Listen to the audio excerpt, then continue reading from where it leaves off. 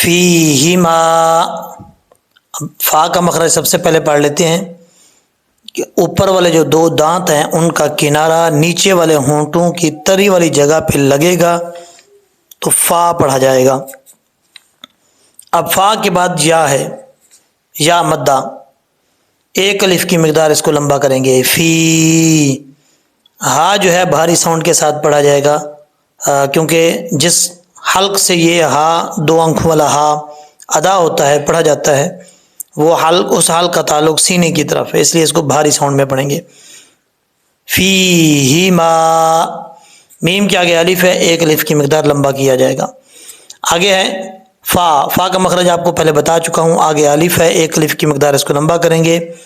اور فا کی، اس کو فا کے نہیں پڑھنا، کاف زیر کی، فا کی۔ ہا کو بھاری ساؤنڈ کے ساتھ پڑھیں گے، فا کی ہا۔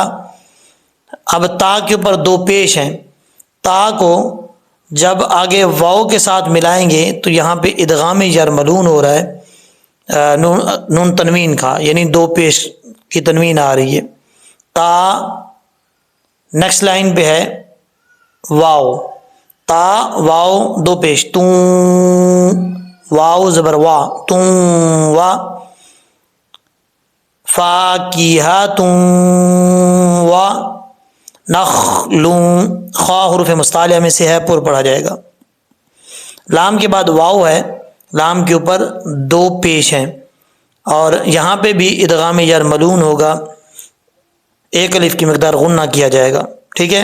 لوں وا، را کے اوپر پیش ہے، را پر پڑھا جائے گا، میم کے اوپر شد ہے، میم اور نون کے اوپر شد جب آ جائے تو غنہ ہوتا ہے، ایک الف کی مقدار یہاں پہ غنہ کریں گے۔ میم کے آگے الف ہے، ایک الف کی مقدار لمبا کریں گے، اور آگے نون کو جب عارضی طور پر ساکن کریں گے، مد عارض وقفی ہوگی، 2 سے 2.5 الف کی مقدار لمبا کر سکتے ہیں۔ اگر نہیں کرنا چاہتے، ایک الف کی مقدار لمبا کر کے وقف کرنا چاہتے ہیں، تب بھی کوئی پرابلم نہیں ہے، ٹھیک ہے۔ وَنَخْلٌ، لام کو واؤ سے ملائیں گے، ٹھیک ہے۔ وَرُمَّانٌ، اگر ملا کے پڑھنا چاہیں، آپ کے پاس اتنا سانس لمبا ہے تو نون کے اوپر دو پیش ہیں، آگے یہاں پہ اخفا ہوگا، وَرُمَّانٌ فَبِأَيِّ، اوکے۔ اس آیت کو پڑھ لیتے ہیں ساؤنڈ میں، کیونکہ اس کے ہجے پہلے ہم نے کیے ہوئے ہیں، مطلب تفصیل سے بتایا ہوا ہے میں نے۔ فَبِأَيِّ آلَاءِ رَبِّكُمَا تُكَذِّبَانِ، آگے ہے فا کا مخرج آپ کو پہلے بتا چکا ہوں، فا کے بعد جا ہے، یا مدہ، ایک الف کی مقدار لمبا کریں گے، ہا بھاری ساؤنڈ کے ساتھ پڑھا جائے گا، نون کے اوپر شد ہے، غنہ کیا جائے گا، ایک الف کی مقدار، فیہن۔ اس کے بعد جو ورڈ آ رہا ہے، جو لفظ آ رہا ہے، یہ خا حروف مستعلیہ میں سے ہے، پر پڑھا جائے گا، خوا یا زبر خوائی، را کے اوپر کھڑا زبر ہے، ایک الف کی مقدار لمبا کریں گے، خوائی را، تا کے اوپر دو پیش ہیں۔ اب یہاں پر آگے نیکسٹ والی لائن پہ، یعنی آگے جو لائن آ رہی ہے، یہاں پر ہا ہے، یہاں غنہ تو نہیں ہوگا، لیکن خیراتن حسان، ہا باریک ہے، اس کو کلیئر کر کے پڑھنا ہے، حسان، سین میں سیٹی آئے گی کیونکہ حروف صفیریہ میں سے ہے۔ فَبِأَيِّ آلَاءِ رَبِّكُمَا تُكَذِّبَانِ، اس کے بعد جو آیت سٹارٹ ہو رہی ہے، یہاں ہا باریک ہے، اس کو کلیئر کر کے پڑھیں گے، ہا واو بش ہو، ٹھیک ہے۔ اس میں ساؤنڈ آنا چاہیے، ہو، ہو کی آواز آنی چاہیے، یہ آواز آنی چاہیے، ٹھیک ہے۔ ہو نہیں پڑھنا، غلط ہو جائے گا، معنی چینج ہو جائے گا۔ اب را کے اوپر دو پیش ہیں، میم کے ساتھ جب ملائیں گے، یہاں دو تنوین کے بعد حروف یرملون میں سے میم آ رہی ہے تو غنہ ہوگا ادغام یرملون کا۔ قاف حروف مستعلیہ میں سے ہے، پر پڑھا جائے گا، صاد حروف مستعلیہ میں سے ہے، پر پڑھا جائے گا، اور صاد کو پڑھتے وقت جب تک زبان اوپر کے تالو کی طرف نہیں اٹھے گی تو صاد فل مود نہیں پڑھا جائے گا۔ صاد، مق، سو، واو مدہ ہے، ایک الف کی مقدار لمبا کریں گے۔ آگے تا کے اوپر دو پیش ہیں، آگے فا ہے، یہاں پہ نون تنوین کا اخفا ہوگا. حور مقصورات فی الخیام. اب اکثر لوگ پڑھتے ہیں فی الخیام، خیام نہیں پڑھنا. جب تک یا کو کلیئر نہیں کریں گے، ظاہر کر کے نہیں پڑھیں گے واضح طور پہ، اس وقت تک یہ صحیح نہیں پڑھا جائے گا. تو وہ یا کو واضح کرنا ہے تاکہ معنی چینج نہ ہو. ٹھیک ہے، فی الخیام، یہ ہے یا کی آواز، یا کا ساؤنڈ. اگر خیام پڑھیں گے تو یا چھوٹ جائے گا، فائدہ نہیں ہے، معنی غلط ہو جائے گا. حور مقصورات فی الخیام. اس کے بعد جو لائن آ رہی ہے، یہ والی آیت بھی کئی دفعہ کیونکہ پڑھ چکے ہیں، ایک آیت ہے بار بار جو آتی ہے، فَبِأَيِّ آلَاءِ رَبِّكُمَا تُكَذِّبَانِ. جی، لم یطمثہن، یہاں پر تا حروف مصالحہ میں سے ہے، پر پڑھا جائے گا. تا کے اوپر سیٹی نہیں آئے گی کیونکہ یہ حروف صفیرہ میں سے نہیں ہے. تا کا مخرج ہے زبان کثیرہ، اوپر والے دانتوں کے اندرونی کنارے سے لگے تو تا پڑھا جاتا ہے. یا تو مت ہن، ہاں بھاری ساؤنڈ کے ساتھ پڑھا جائے گا. نون کے اوپر شد ہے، غنہ کیا جائے گا ایک الف کی مقدار. یہاں پر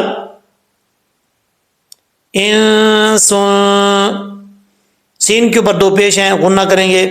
اور قبلہم، قاف کے بعد جو با آ رہا ہے یہ حروف قلقلہ میں سے ہے، قاف با زبر قبلہم.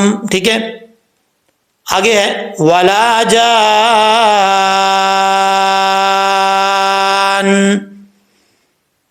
نون کے اوپر شد ہے، ایک الف کی مقدار غنہ کیا جائے گا. اور یہاں پر مد لازم ہے، اس کو لمبا کر کے پڑھیں گے. ٹھیک ہے، جان، یہ لاسٹ پہ تھوڑا سا زور دے کے پڑھیں گے کیونکہ نون کے اوپر شد ہے تو اس کی ہاف حالت پڑھی جائے گی. ٹھیک ہے، اچھا جی، ایک منٹ دے دیجیے گا یہاں پر. جی، لم یطمثہن انس قبلہم ولا جان فبأي آلاء ربكما تكذبان. آگے ہے متکئین، اب تا کے اوپر شد ہے، میم تا پیش، مت تا زبر تا، متا، کاف بریک ہے، کاف کے بعد جو حمزہ آ رہا ہے، حمزہ کے بعد یا ہے، یہاں یا مدہ ایک الف کی مقدار لمبا کریں گے. متکئین، علی، عین کے اوپر زبر ہے. اب بعض اوقات لوگ پڑھتے ہیں اعلی، ایسا نہیں کرنا، عین کو لمبا بالکل بھی نہیں کرنا، لام کو لمبا کرنا ہے. اعلی، عین کو عین کے مخرج سے ہی نکالنا ہے، حمزہ کی آواز نہیں آنی چاہیے. رافن، را کے اوپر زبر ہے، را پر پڑھا جائے گا. اور فا کو پڑھتے وقت کلکلہ نہیں کرنا، ایسا نہیں پڑھنا رافن، یہ غلط ہو جائے گا. رافن، را کے اوپر زبر ہے، را پر پڑھا جائے گا. ٹھیک ہے، اس کے بعد جو لائن آ رہی ہے، آیت آ رہی ہے، یہ دیکھیں، خود ریوں. اب خواہ حروف مصطلح میں سے ہے، پر پڑھا جائے گا. خواہ کے بعد ضاد آ رہا ہے، ضاد حروف مصطلح میں سے ہے، پر پڑھا جائے گا. اور جب ضاد کو پڑھیں گے تو زبان اوپر کی طرف اٹھے گی، اوپر کے تالوں کی طرف. جب تک اوپر کے تالوں کی طرف نہیں اٹھے گی اس وقت تک ضاد صحیح طریقے سے نہیں پڑھا جائے گا. یہاں پر آپ کو ضاد کا مخرج بتا دوں، بار بار لوگ کمنٹس کر رہے تھے کہ بتانا چاہیے، توجہ سے سنیے گا. زبان کی جو سائڈیں ہیں، ٹھیک ہے، لیفٹ سائڈ ہوگی یا زبان کا یہ اوپر والا جو تالو ہے، اس کے ساتھ جو داڑھوں کی جڑیں ہیں ان کے ساتھ ٹچ کرنا ہے. ٹھیک ہے، زبان کو اوپر والے داڑھوں کی، اوپر والی جو داڑھیں ہیں ان کے ساتھ ٹچ کرنا ہے، داڑھوں کی جو جڑیں ہیں ان کے ساتھ.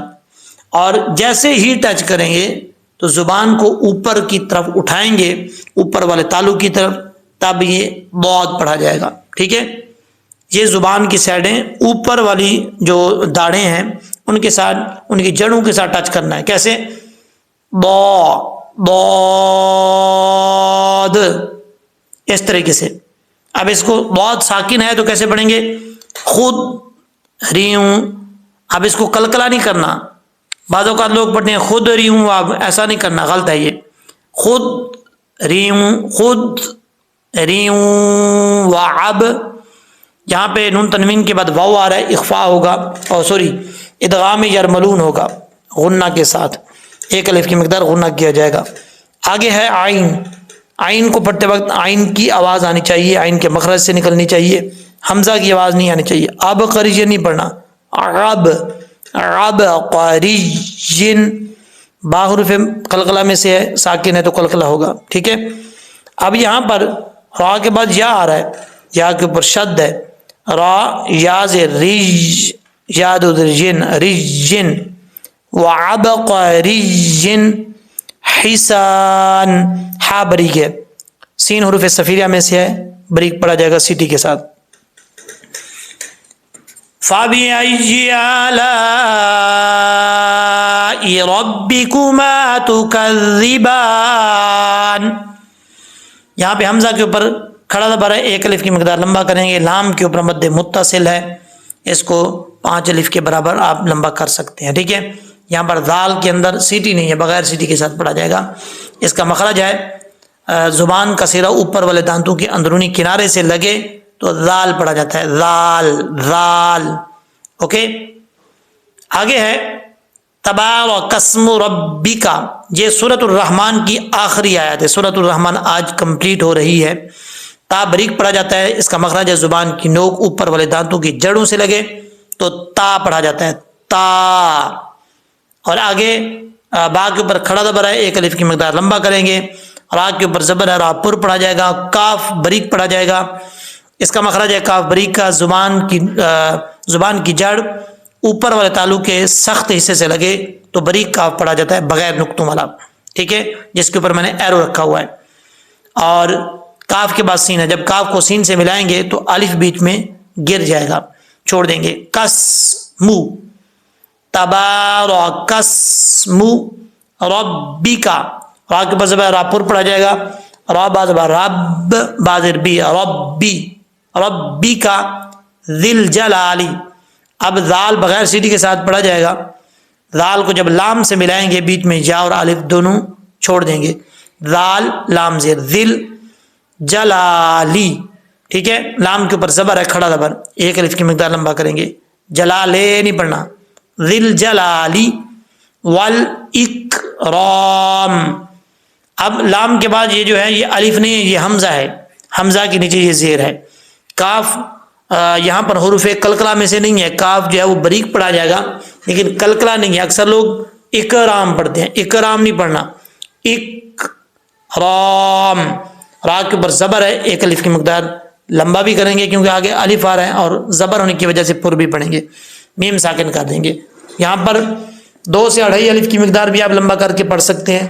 ایک الف کی مقدار لمبا کر کے پڑھنا چاہتے ہیں تب بھی کوئی پرابلم نہیں ہے، بلکہ اس کو ساؤنڈ میں پڑھ لیتے ہیں. تبارک اسم ربک ذی الجلال والاکرام. اب ہم اس کو لہجے میں پڑھتے ہیں.